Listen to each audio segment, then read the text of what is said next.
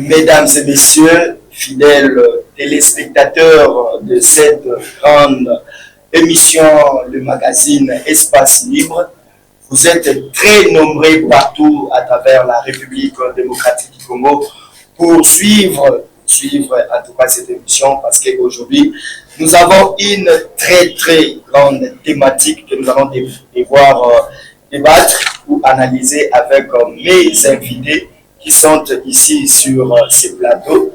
Nous sommes là avec deux hommes de Dieu avec lesquels nous allons nous entretenir autour de la thématique Christ au centre de la prédication. Mais aussi, nous allons essayer d'analyser un peu qu'est-ce qui fait que l'Église en République démocratique du Congo ne puisse pas s'unir. Aujourd'hui, on parle tantôt de l'unité de l'Église. On parle tantôt d'une église qui est divisée en elle-même, alors que la Bible dit tout royaume qui est divisé en lui-même. Vous connaissez la suite. Merci beaucoup. Je suis là avec le pasteur Dominique Kayembe de l'église Assemblée de l'église de Kinshasa. Pasteur Dominique, bonjour. Bonjour, pasteur. Bonjour. Je crois que vous allez très bien. Oui, ça va très bien. À la grâce de Dieu. Alors déjà, vous êtes de l'église Assemblée de l'église de Kinshasa. Vous en êtes le visionnaire.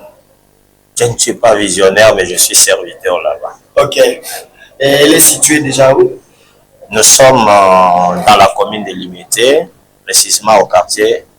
Ok. Nous sommes dans la commune de Limité, précisément au quartier Kingabois. L'avenue, l'église est située sur l'avenue Mouzengo numéro 37.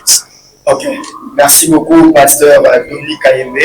Et nous avons aussi l'homme de Dieu, Ezekiel Folenk, qui est ici sur ce plateau. Moi, j'aime l'appeler docteur. Docteur Ezekiel, vous allez bien? Oui, je veux bien, je vous salue. Je veux bien.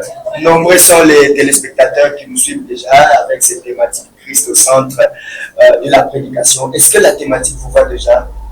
Oui, je la trouve déjà intéressante et je crois que par le Saint-Esprit, nous essaierons d'éclaircir certaines choses et parler de certains points sensibles. La grâce de Dieu nous accompagne. Merci beaucoup, que la grâce de Dieu nous accompagne. Merci aussi à la grande équipe qui nous accompagne, en cette édition du magazine Espace Libre. Aujourd'hui, comme je le disais, déjà nous allons parler du Christ au centre de la prédication. Alors, je commence avec vous, Papa Ezekiel. Christ, vous, en tant qu'homme de Dieu, vous, en tant que chrétien, est-ce que Christ est aujourd'hui au centre des différentes prédications qui se font dans nos différentes églises locales? Merci pour la question. Je pense que déjà la question elle est pertinente. Ok. Et je crois que même le but qui nous a mené à recevoir Christ comme Seigneur et Sauveur, le but c'est que nous puissions parvenir à l'état parfait, que nous puissions arriver à la stature parfaite de Christ. Ok.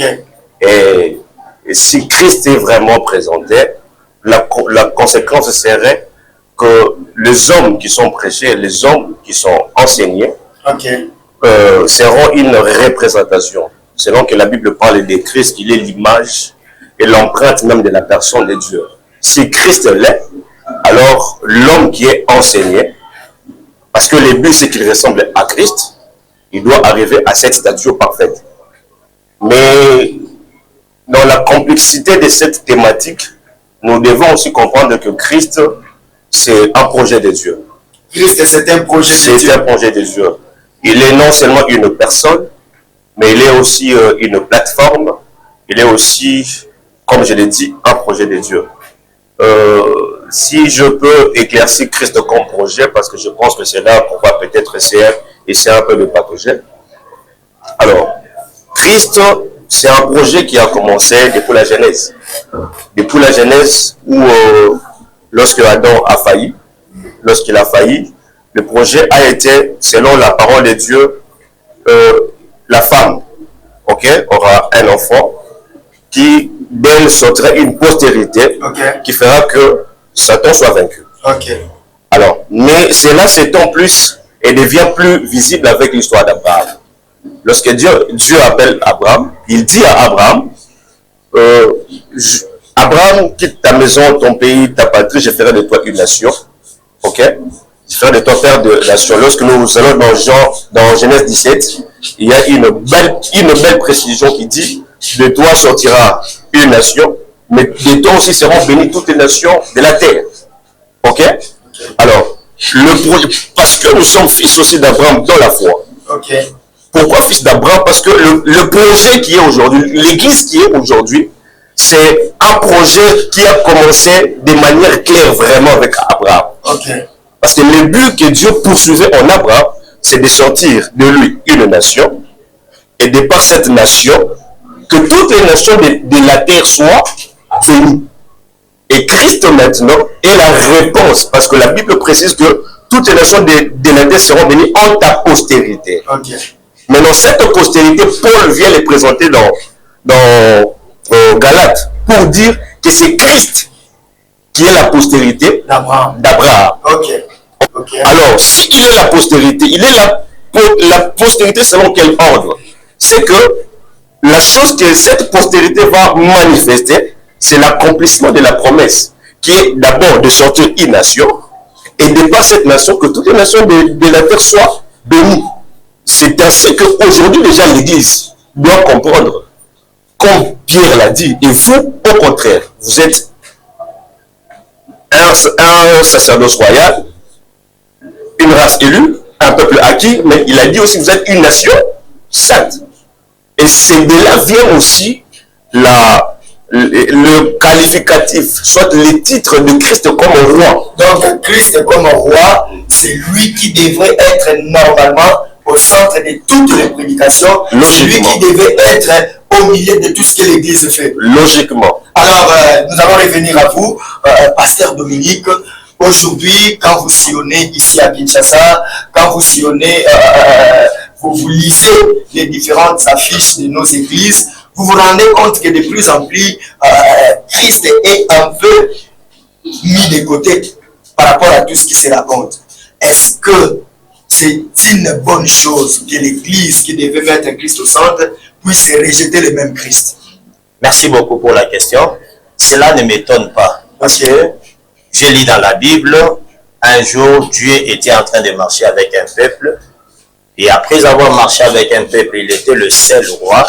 Et dans ce peuple-là, malheureusement, un jour de bon matin, le peuple se réveille et il réclame, donnez-nous un roi. Nous voulons un roi qui va marcher avec nous, qui va vivre avec nous, nous allons le voir.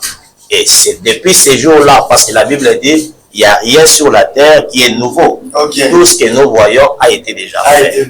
Donc, je vais répondre à votre question en disant, Christ est enseigné à l'Église, il est enseigné à l'Église d'une partie, dans la partie seconde de Christ. On n'a pas présenté la partie principale, la mission d'ailleurs principale de Christ comme étant le roi. Parce qu'en réalité, l'Église doit être considérée comme un royaume, comme une nation de Dieu. Si vous remarquez, même la démarche de Dieu, quand ils étaient en Égypte, vous allez remarquer que le Seigneur avait besoin d'un peuple. Or, on ne peut pas parler d'un peuple si vous n'avez pas un roi. Et quand il y a un roi, ça veut dire qu'il y a un royaume. Donc, nous comprenons que l'Église doit fonctionner comme étant un royaume. Et dans ce royaume, Christ est le roi. Dans le royaume qui est l'Église, c'est Christ qui doit être le roi. Le roi. Donc c'est lui qui doit être la vedette de ce royaume. Parce qu'il est appelé royaume, c'est d'abord le roi qui représente le royaume. Vous avez souligné quelque chose de très capital. Vous dites que Christ devrait être la vedette même de l'Église. Alors, j'aimerais que nous soyons un peu là. Aujourd'hui, vous n'avez pas comme l'impression que tantôt ce sont des pasteurs qui se font eux-mêmes des vedettes, tantôt ce sont des églises qui se font elles-mêmes des vedettes, aussi longtemps que la vedette, la vraie vedette qui est de Christ, est mis de côté. Est-ce que vous ne vous rendez pas compte de ça? Non, non, c'est d'ailleurs parmi les éléments que nous sommes en train de militer ces derniers temps. Parce qu'il faut d'abord arriver à redéfinir les choses. À l'église. Redéfinir les choses à l'église. Donc, vous pensez que l'église a un peu dérapé? Mais je vous dis, avec ce que nous voyons, avec le phénomène ministère et toutes ces choses, nous comprenons que c'est comme si la compréhension même de l'église, la définition même de l'église n'a pas été comprise. Alors il faut arriver d'abord à redéfinir les choses pour que lorsque je ne crois pas, je peux donner un exemple typique comme ça, je ne crois pas que je peux venir un jour sur le plateau et dire que je suis président de la République. Non. C'est déjà un carnage et ça sera déjà une faute lourde qui va m'amener juste vers la prison. Et c'est comme ça aussi, l'église doit arriver d'abord à ce niveau. On doit commencer d'abord à redéfinir les choses. Quand les gens vont comprendre qu'est-ce qu'est réellement l'église et même les hommes de Dieu qui les incarnent, qu'est-ce qu'est réellement l'église, on n'aura plus à se faire vedette, on aura maintenant à présenter la vedette. Parce que s'il faut parler, je parlerai au nom du chef de l'État. Ça veut dire le chef de l'État, c'est Christ. Merci beaucoup. S'il faut parler, nous devons parler de Christ qui est comme le chef de l'État dans notre église. Papa Ezekiel, redéfinition des choses au sein de l'église. Est-ce que vous êtes d'accord? Je suis exactement d'accord, très d'accord même. Comment ça? Oui, donc j'apprécie ce que l'homme de Dieu a dit. Parce que lorsqu'il dit qu'il faut redéfinir, ce sont parmi mes grandes méditations. Et revenons un peu à l'histoire de Jésus avec ses disciples. Il leur demande, qu'est-ce que les gens disent de moi? Il y a certains qui ont dit, voilà, tu es le prophète, l'autre dit que tu es Jérémie, l'autre dit que tu es Élie et tout comme ça. Mais il y a parmi les disciples un qui va s'avancer et dire à Jésus, tu es le Christ. Tu es le Christ. Le Fils de Dieu. Et Jésus sursaute. Il dit, oh, d'où est-ce que tu as trouvé cette réponse-là? Il dit, en tout cas, réponse là, ça ne peut jamais venir de toi. Il dit, c'est le Père qui t'a parlé de ça. Et il dit, écoute, puisque tu as saisi la révélation, parce que la révélation ne présente pas Christ comme prophète.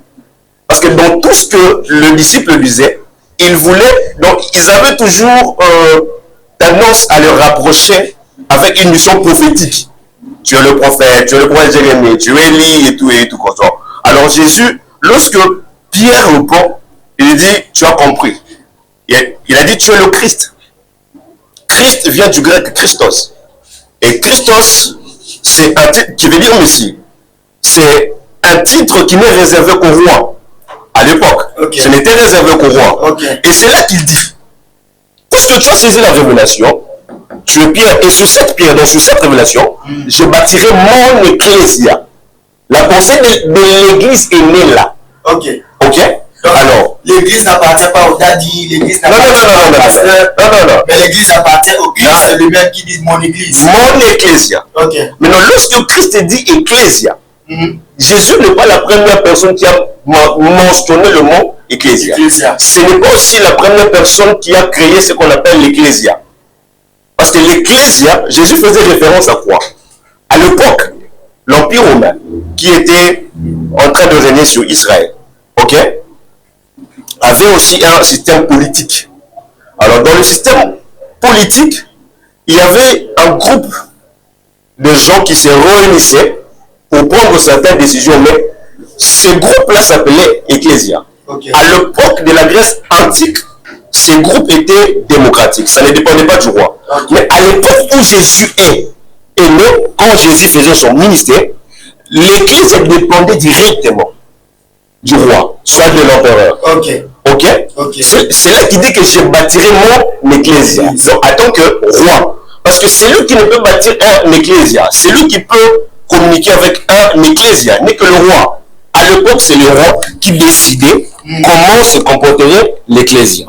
Mais pour un peu renchérir, parce que j'ai fait quelques recherches sur l'ecclésia, je vais un peu, parce que nous parlons de la redéfinition. Je veux un peu définir quelque chose au sein de l'église. Voilà. Attention, vous ne risquez pas, vous ne craignez pas d'être contredit. Parce que là, nous sommes en face des grands hommes de Dieu, nous sommes en face des grandes églises, des grandes personnes de l'église qui nous suivent en ce moment. Si on ouvrait les téléphones ici, vous serez contredit peut-être. Je serais même content qu'on ouvre les téléphones. Ouais. Parce que la Bible dira tout. Alors, je vais prendre quelque chose ici qui dit, je fais les recherches pour sortir les types de décisions parce que l'Église était un groupe qui pouvait réunir les gens pour prendre des décisions. Okay. Maintenant, je veux simplement te relire ou te lire quel type de décision prenait l'Ecclésia. Maintenant, quand je te dirai ça, essaie de comparer l'Église d'aujourd'hui et la pensée de Christ par rapport à l'Ecclésia. Parce que le mot Ecclésia, Jésus voulait faire référence simplement à quelque chose d'existant pour faire comprendre aux disciples les types de fonctionnement du royaume qu'il veut amener. Et puis, pour mieux parler de sa propre nature, en tant que roi. Ok? Parce que ce n'est qu'un roi. Un prophète ne bâtit pas un ecclésia. Un apôtre n'a pas un ecclésia. Ce n'est qu'un roi. Le roi, un ecclésia. Mais ça va susciter des débats. Ok? Ça va. Je prends les définitions. Des débats, ouais. Voici quelques-unes des décisions prises par l'ecclésia. 1. Caractère de la décision. 1. Décision législative. Non, décision qui concerne la législation. Okay. Par définition, l'Église a voté les lois et les décrets qui régissaient la cité. Ok. L'Église. L'Église a voté sur les lois et les décrets qui régissaient la cité. 2. Décision. Quel type de décision politique étrangère? Elle décidait des alliances, de traités de paix et déclarer la guerre. 3. Élection des magistrats. L'Ecclésia élisait certains des magistrats, bien que d'autres soient tirés au sort. 4. Ostracisme. L'Église pouvait décider d'exiler un citoyen pour une période de 10 ans à travers le vote d'ostracisme. 5. Affaires militaires. Elle décidait des stratégies militaires, du budget de la guerre et de la levée des coupes. 6. Administration des finances. L'Ecclésia votait sur les impôts et les dépenses publiques. Alors, j'aimerais que nous puissions rester un peu dans toutes ces explications que vous venez de nous donner. Donc, vous pensez qu'aujourd'hui, même sur le plan de notre société, l'Église en République démocratique du Congo ne joue pas pleinement son rôle? Déjà, de par cette pensée ici, l'Église, c'est celle qui gère la politique. Ok. Ça, c'est déjà dangereux. Mais ici au Congo, Pasteur Dominique, si vous pouvez compléter ce que Papa Ezekiel est en train de dire, ici au Congo, pourquoi ce sont les hommes de Dieu qui sont tantôt dans les poches, comme on le dit, des hommes politiques qui suivent les hommes politiques, alors qu'à l'époque, c'était le contraire. Les politiques suivaient les sacrificateurs, suivaient les prophètes. Mais aujourd'hui, c'est un peu le contraire dans notre pays. Merci beaucoup pour la question. Papa, vous savez, il y a des choses qu'il faut comprendre. Christ, quand il était sur la terre, il était en train de se construire son ministère, il était en train de travailler. Christ nous a donné des flashs de comment son église devait être. Il y a quelque part, il a dit, vous êtes le sel de la terre. Et vous êtes la lumière de la terre. Ça veut dire, le sel, vous êtes appelé à donner un goût. Vous êtes appelé parce que quand vous prenez les fonctions du sel, vous trouvez que le sel joue un rôle très important, même pour enlever la pourriture, pour éviter la pourriture d'une société. Et quand Christ était en train de parler, vous êtes le sel de la société, le sel du monde, il voulait simplement nous montrer notre rôle en tant qu'Église. Si l'Église faisait réellement son travail, comme la pensée de Christ, on allait éviter certaines choses que nous sommes en train de vivre même au sein de l'Église. Là, ça dépend aussi de la vraie connaissance de ce Christ dont nous sommes en train de parler ici. Mais c'est là que nous avons dit, nous devons commencer d'abord par la redéfinition. Parce qu'il faut connaître Christ comme qui? Comme le roi. Or, c'est le roi qui réglemente les choses. C'est le roi, comme on vient de le dire. C'est pas comme un guérisseur. Parce que si nous rentrons un peu dans l'histoire de l'Église ici au Congo, on a présenté un Christ là, je ne sais pas d'une manière là, comme si quelqu'un qui donne les mariages, quelqu'un qui donne les voyages, quelqu'un qui guérit les malades, et puis c'est tout. C'est ce que j'étais en train de parler avec l'homme de Dieu dehors. Je disais, on a présenté Christ, mais on a présenté Christ en second lieu. En second lieu. C'est-à-dire, en second lieu. Oui. Christ, je suis en train de peser très bien les mots. Pourquoi? parce qu'on a présenté Christ seulement pour ce qu'il est prêt à faire, mais à la place de présenter sur la personnalité même de Christ.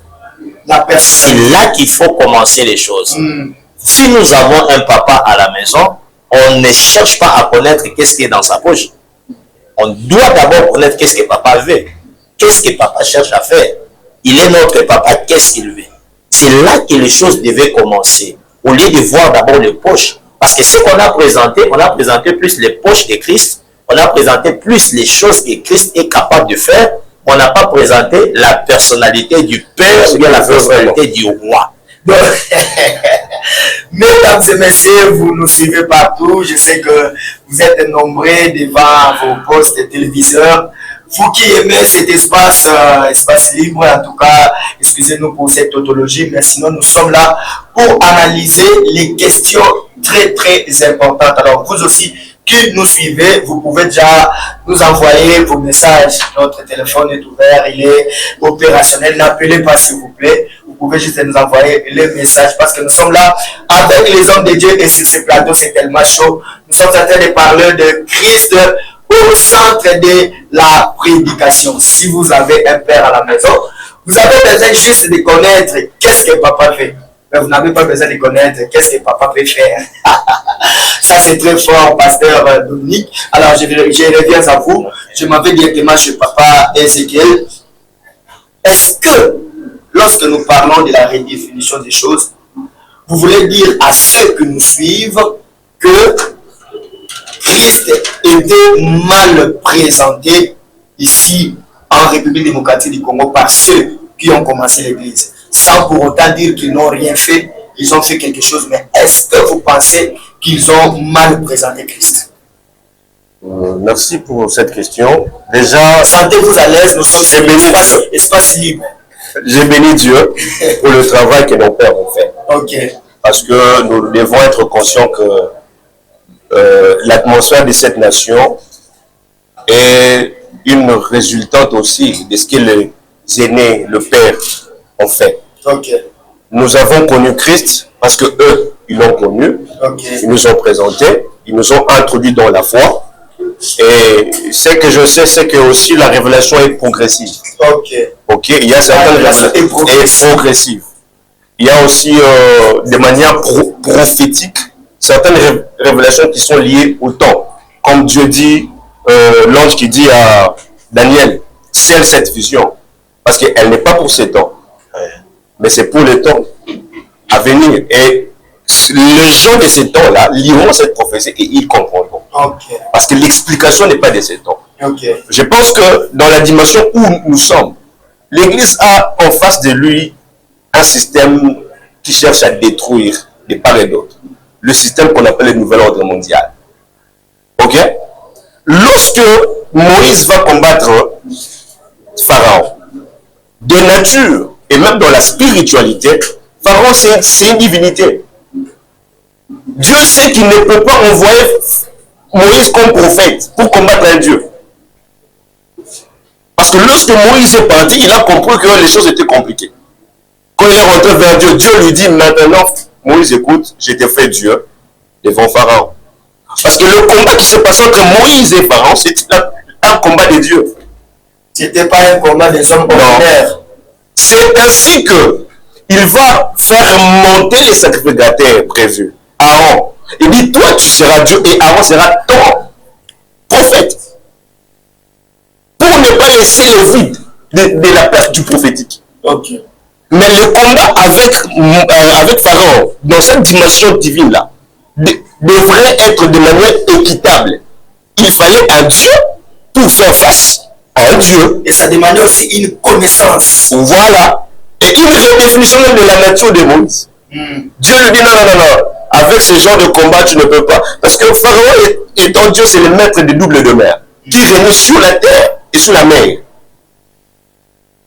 Dans les eaux, c'était un crocodile. Dans certains versets, tu liras quelque part, tu verras. Ok? Alors, l'Église fait face au système qu'on appelle nouvel ordre mondial. C'est un système qui n'est pas régi par des petits esprits. C'est un système qui a on soit des faces cachées des principautés, des dominations, des autorités, des divinités. Ok? Et Dieu ne peut pas laisser l'Église à la dimension où vous n'êtes que des enfants comme ça et faire face à des grands esprits. Impossible. Et pourquoi déjà on parle des principautés divinités? Ce sont des esprits territoriaux. Parce que, Papa Ézéchiel, ce que vous êtes en train de dire là, c'est très très profond et c'est très fondamental pour ceux qui nous suivent. Mais moi, j'ai une petite question. Est-ce que vous êtes d'accord avec moi que plusieurs de ceux qui remplissent aujourd'hui les églises n'ont pas, je ne dis pas que tout le monde, mais plusieurs, je dis, n'ont pas la vraie connaissance du Christ? Je pense qu'à mon humble avis, oui. Pourquoi? Parce qu'à un certain moment de ma vie, je me suis posé cette question. Mais pourquoi l'Église est là? On a des résultats médiocres.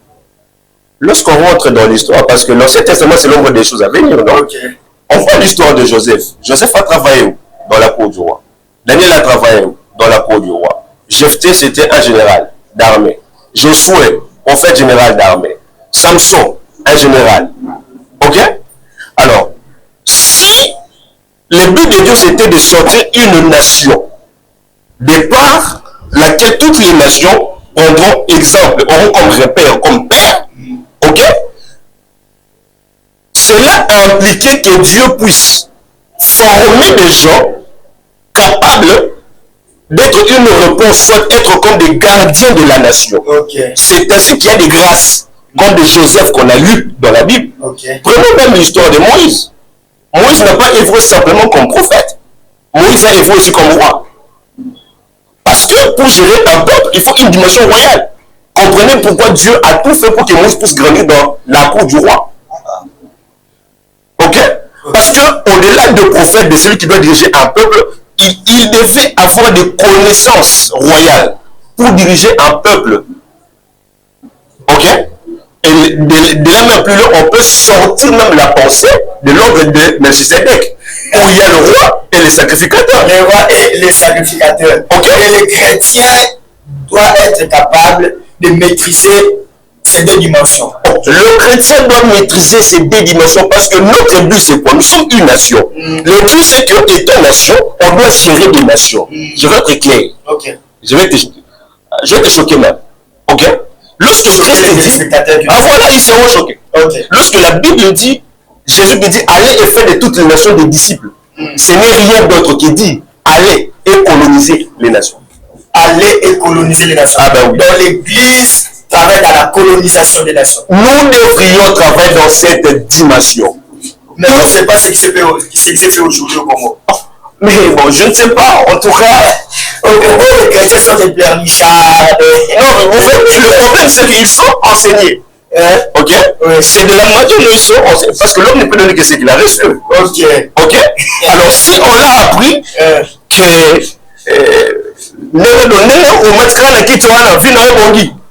il faut s'assurer qu'il ne va ne produire que ça. Oh non, pour finir, il chantait tiens frère, tiens pour, tu vois? J'ai pensé à donc pour finir, qu'est-ce que je fais? Là, je me dis, c'est vrai. Alors que Christ, ce qu'il veut, c'est quoi? C'est de former en toi une dimension qui t'amènera à exercer de manière maintenant claire. C'est que, un peu comme l'image de ce que Joseph a fait, tu sais, Joseph, la Bible dit que lorsque Pharaon a compris ça, c'est d'absurde. Lorsque Pharaon a compris la dimension de Joseph, ok? Il a placé Joseph maître de sa maison et il lui a demandé d'enseigner la science à ses anciens. Maintenant, si tu veux comprendre, lorsqu'on parle des anciens des pharaons, ce sont des qui? Les anciens des pharaons. Ce sont les occultistes, les astrologues, des gens comme les Potiphar. Ce sont comme les prêtres. Maintenant, Joseph devait enseigner à ces gens-là quel type de matière? Parce que ce sont ces gens-là qui ont créé les pyramides. Maintenant, Joseph les enseignait quoi? L'évangile n'est pas pour les petits enfants. L'évangile n'est pas pour les petits enfants. Ça, c'est trop fort. Pasteur Dominique, je reviens à vous. Christ, ici au Congo, a-t-il été bien présenté ou il a été présenté d'une manière là qui ne rend même pas les chrétiens capable, parce que ce que vous êtes en train de faire là, je vous dis clairement, moi je suis un homme des médias, il y a plusieurs hommes de Dieu, plusieurs enfants de Dieu qui fuient même les débats. Ils ne savent même pas débattre avec n'importe qui. Je ne veux pas citer aussi quelques religions qui sont dans notre pays, mais notre pays est laïque, comme on le dit selon la Constitution. Mais il y a des chrétiens qui se disent les hommes d'église, mais qui fuient les débats. Est-ce que le problème, c'est parce qu'ils n'ont pas la maîtrise, ils n'ont pas la connaissance de ce Christ dont ils servent? Merci beaucoup. Bon, le problème d'abord commence par la connaissance. Ok. Et pour ajouter ce que l'homme de Dieu a parlé, j'ai vu un homme au nom de Salomon. Salomon, il était doté de la capacité, de la sagesse et de l'intelligence. Et quand vous remarquez l'intelligence et la sagesse que Salomon avait, vous allez remarquer que les nations pouvaient venir se ressourcer vers Salomon. Okay. En réalité, ce qu'on devait faire, ce que l'Église devait représenter, c'est ça. Parce que la Bible, dans 1 Corinthiens chapitre 2, la Bible dit qui a connu la pensée de Christ. Okay. Or, nous avons la pensée de Christ. Okay. Je me pose maintenant la question.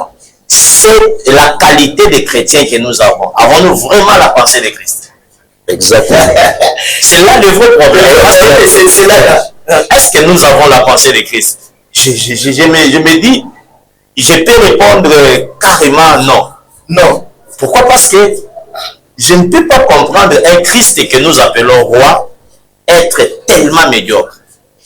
Et faire sortir des personnes parfois médiocres. Et faire sortir parfois des personnes aussi incapables d'impulser les choses dans les milieux professionnels. Mais papa, voyez seulement lorsque un occultiste, je ne suis pas en train de les encourager, mais voyez seulement quand ils sont en train de développer une thématique, ils sont en train de développer quelque chose, une pensée pour convaincre aux gens, vous sentez qu'il a la force de la persuasion. La maîtrise même de ce qu'il est en train de dire. L'art de parler. Et vous allez remarquer quand vous venez vous-même de le dire, oui. Beaucoup de chrétiens fuient les débats. Ils fuient les débats pourquoi? Parce qu'ils n'ont pas cette maîtrise. Ils ne savent pas quel argument parler devant un monsieur qui est outillé peut-être par la science. Okay. Vous voyez déjà le problème commence là-bas. Alors l'église de Congo, ce qu'on devait faire, on ne devait pas seulement présenter les côtés miracles ou bien les côtés onction, bien comme l'homme de Dieu a dit, Soro Matina Kitio ou bien au Lalinase, au Pambolama.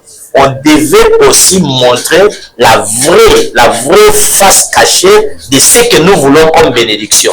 Il y a un passage dans la Bible, par exemple, quand vous lisez dans Galates 4, 19, je vous épargne tous les détails, mais là, l'apôtre Paul parle à ses enfants spirituels. Il dit, je veux que Christ soit formé en vous. Voilà. Est-ce qu'aujourd'hui, Christ est formé dans la vie de ceux qui se disent enfants? Et ça, Christ soit formé dans vous, ça doit être un processus. Et c'est d'ailleurs la vie que l'Église doit mener. C'est d'ailleurs ce que l'homme de Dieu doit se battre chaque jour pour qu'il voie vraiment Christ être formé. Attention, avant que Christ soit formé, que vous puissiez enseigner pour que Christ soit formé, vous-même aussi, en tant qu'homme de Dieu, vous devez refléter le corps-là de Christ que vous voulez que ça soit incarné dans les chrétiens que vous êtes en train de diriger. Merci beaucoup, pasteur. Ça, c'est très profond. Et je crois que c'est chose sur ce plateau. Donc, nous sommes en direct de la RPE, la première chaîne de la révélation en République démocratique du Congo. Et nous sommes sur l'espace libre et les hommes de Dieu sont en train de se déchaîner sur ce plateau pour parler du Christ au centre de la prédication. Papa Ezekiel, Christ doit être formé dans la vie de ceux qui se disent enfants de Dieu. Est-ce que ce passage aujourd'hui est d'application en République du Congo? Déjà, j'ai béni Dieu parce que vous savez, il y a certaines révélations qui étaient mises, que nous avons connues parce que il y a quelqu'un qui a posé une très bonne question. Okay. Si Nicodème n'avait pas essayé de comprendre le mécanisme d'entrer dans le royaume de Dieu, okay, on n'aurait jamais connu le voie pour naître de nouveau. Okay. Et j'ai béni Dieu pour vos questions. Merci beaucoup. Parce qu'il y a une intelligence spirituelle dans ça. Christ soit formé. Nous n'avons pas dit Christ comme roi, n'est-ce pas? Alors quand on dit que Christ doit être formé en vous, c'est quoi? C'est que la dimension royale, okay, en toi, okay, doit être formé jusqu'à se manifester. Ok. Parce que la formation, c'est un peu comme la Bible parle de la création de l'homme et de la formation de l'homme. Dans la création de l'homme, l'homme n'est pas encore visible. Ok. Mais dans Genèse 2, on dit et Dieu forma l'homme de la poussière de la terre, il va souffler, tout ça, et l'homme devint une âme vivante. Il était maintenant devenu visible. Ok. Lorsque tu parles de la formation, lorsque Paul parle de jusqu'à ce que Christ soit formé, il veut que dans notre manière d'amener les gens à Christ, en tant que pasteur, en tant qu'apôtre, docteur et évangéliste, nous devons, dans l'âme des gens, dans l'esprit, dans l'homme intérieur de ceux-là que nous avons amenés à Christ, qu'on puisse leur faire découvrir la particularité, de Christ en lui, où il doit exercer son leadership royal. Ça, c'est très important. Parce que comme Christ doit venir sur les nations, la Bible dit que aussi dans les scènes d'Abraham, les trônes de rois. Dans les scènes d'Abraham, les trônes de rois. Des rois. Ok. Donc les chrétiens sont des rois. Donc il faut qu'il y ait la sémence royale. Voilà. Christ est le roi. La sémence royale, c'est Christ. Christ qui doit être sémé dans la vie des chrétiens. Et qui doit être manifesté. Oh là là. Je pense que ceux qui nous suivent à la maison, ils sont très très contents. Vraiment, la télé, c'est le temps, la télé, c'est l'heure. Nous sommes en train d'arriver déjà à la fin de cette nouvelle émission. La deuxième thématique, même, on n'a pas abordé, mais je crois que la semaine prochaine, si vous êtes d'accord, vous pouvez revenir pour débattre cette deuxième thématique de l'unité même de cette église dont nous sommes en train de parler ici. Alors, avant de conclure déjà cette émission qui a duré 45 minutes, avant de conclure cette émission, est-ce que vous avez déjà une activité que vous êtes en train de préparer? Oui, merci beaucoup. Merci pour l'opportunité que vous nous accordez. Nous avons une activité que nous sommes en train déjà de préparer, la vision Roua. La vision Roua. Comme au jour de la Pentecôte. Et ça sera la première édition que nous allons déjà débuter dès demain vendredi. Alors le mot déjà Roua, c'est... Roua signifie un vent. Roua signifie une tempête. C'est comme cela suffit à l'époque de la Pentecôte, où un vent impétueux a soufflé dans la chambre haute et les gens avaient reçu une capacité pour apporter l'évangile et même dominer sur la terre. Ça sera même au sein déjà de votre église? Ça sera au sein de l'église. Alors, l'adresse de l'église? Oui, c'est au numéro 37 sur l'avenue Moussengo, au quartier Kingabwa, dans la commune de Limité. Donc, la référence, c'est la référence Point Chaud. Kingabwa Point Chaud, quand vous êtes sur Kingabwa Point Chaud, et l'avenue Moussengo est tout près. Alors, sur l'affiche, déjà, je voyais Papa Ezekiel qui est ici avec nous, sans pour autant entrer dans les vifs de cette matière que vous allez développer déjà à partir de demain. Alors, le Saint-Esprit, vous allez parler de quoi concrètement dans cette activité-là? Ça sera déjà demain? Oh oui, exactement, ce sera demain. Et je pense que même ce que nous avons développé ici va dans le même ordre. Parce que je crois que dans l'histoire, vous allez comprendre qu'on a vécu des temps, l'Antiquité, préhistoire, l'époque moderne, contemporaine, tout ça. Si vous essayez un peu de comprendre ce qui a fait passer un temps vers un autre temps, c'était les domaines des découvertes. Lorsque la connaissance croissait, ça faisait basculer dans un autre temps.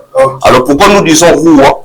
Parce que certainement le Saint-Esprit va nous apporter une nouvelle connaissance qui va faire que un nouveau vent puisse souffler dans la nation. Alors que les chrétiens viennent alors. Exactement. Oui, exactement, parce que le but, c'est que Christ soit formé. C'est que la royauté puisse s'exprimer. Merci beaucoup. Nous sommes arrivés presque à la fin. Vous allez répondre à ma dernière question. Qu'est-ce qu'il faut faire maintenant pour que Christ redevienne au centre de nos prédications ici en République démocratique du Congo? Je commence d'abord par Papa Ezekiel et puis nous allons finir avec le pasteur Dominique. Qu'est-ce que nous allons faire? Qu'est-ce que nous devons faire? Qu'est-ce que les hommes de Dieu peuvent faire pour que Christ redevienne au centre de leur prédication? Merci pour la question. Je pense que les hommes de Dieu doivent d'abord essayer de comprendre par l'Esprit de Dieu les langages de Dieu dans les Écritures. Parce que derrière une parole, il y a un langage. Et Dieu, dans la Bible, dedans il y a la parole de Dieu. Pourquoi on a besoin du Saint-Esprit? Parce que le Saint-Esprit au-delà des mots que nous lisons, veut nous faire entrer dans l'esprit du mot. Ok. Qu'est-ce que Dieu veut dire derrière ces mots? Ok. Quand on était à l'école avec le texte, il y avait toujours le professeur qui nous demandait, essayons de comprendre l'esprit de l'auteur. Voilà. Qu'est-ce que l'auteur a voulu dire? Qu'est-ce que l'auteur a voulu dire? Okay. Merci beaucoup, Papa Ezekiel. Pasteur Dominique, qu'est-ce qu'il faut pour que Christ redevienne au centre? Il y a l'apôtre Paul, par exemple, qui dit dans 1 Timothée 2,4, il dit que tous les hommes, il veut que tous les hommes soient sauvés, mais aussi qu'ils parviennent à la connaissance. Et aujourd'hui, qu'est-ce que les hommes de Dieu doivent faire pour que Christ redevienne au centre de leur prédication? Je vais compléter avec sa réponse. Qu'est-ce que les hommes de Dieu doivent faire? Ils doivent comprendre le rôle du Saint-Esprit dans l'Église. Okay. Pourquoi le Saint-Esprit est venu dans l'Église? La Bible dit, quand l'Esprit viendra, il vous rappellera tout ce que je vous ai dit. Donc, si on comprend au moins le rôle du Saint-Esprit comme il se doit, et c'est comme ça qu'on va imprimer la vie de Christ dans nos chrétiens. Merci beaucoup. Nous devons tous, en tant qu'enfants de Dieu, comprendre l'Esprit qui est derrière les Écritures. Nous devons comprendre ce que l'Esprit de Dieu fait comprendre à son peuple pour que nous puissions, nous tous, parvenir à la connaissance de Christ, à la connaissance de la vérité, et que ce Christ-là redevienne au centre de tout ce que son Église a lui fait. Pour que Christ ne soit pas mis de côté et que l'on parle d'autres choses au sein de l'Église. Merci mesdames et messieurs, vous tous qui êtes branchés sur la RTVD, vous tous qui avez suivi surtout cette émission. Vous allez suivre la rediffusion déjà aujourd'hui même à 22h. Soyez là devant vos postes de télévision pour suivre cette émission qui a été juste merveilleuse pour ceux qui l'ont suivi. Merci à la grande équipe qui nous a accompagnés. Je vois déjà ici sur ce plateau, je vois Glody, je vois Béni, je vois Monsieur Jean Dété, je vois notre DT qui est déjà là, à la régie, aussi l'ingénieur Moïse, mais aussi la coordination de celui qu'on appelle Colin Ouello. Merci beaucoup pour ce que vous avez fait afin que nous arrivions dans les différentes maisons de nos téléspectateurs. Merci aussi à mes invités, Papa Ezekiel ainsi que Pasteur Dominique. Merci d'être venu. Merci et restez branchés sur la RTVD.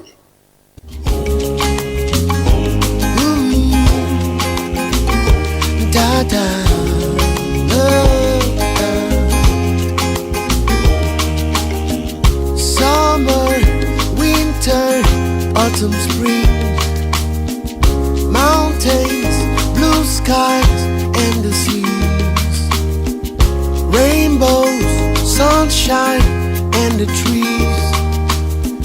Jesus, maker of the Lord, Jesus.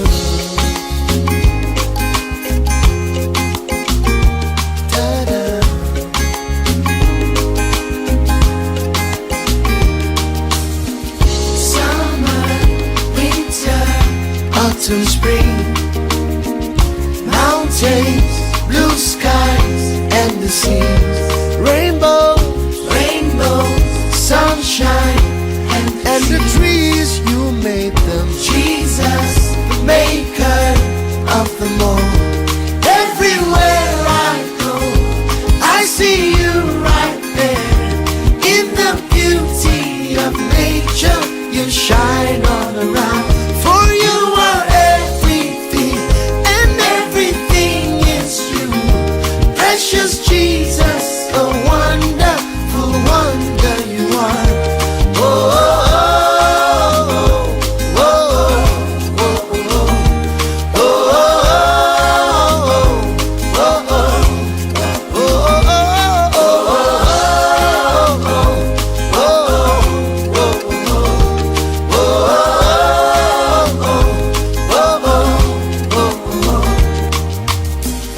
morning, noontime, and the night. Voices, rhythm,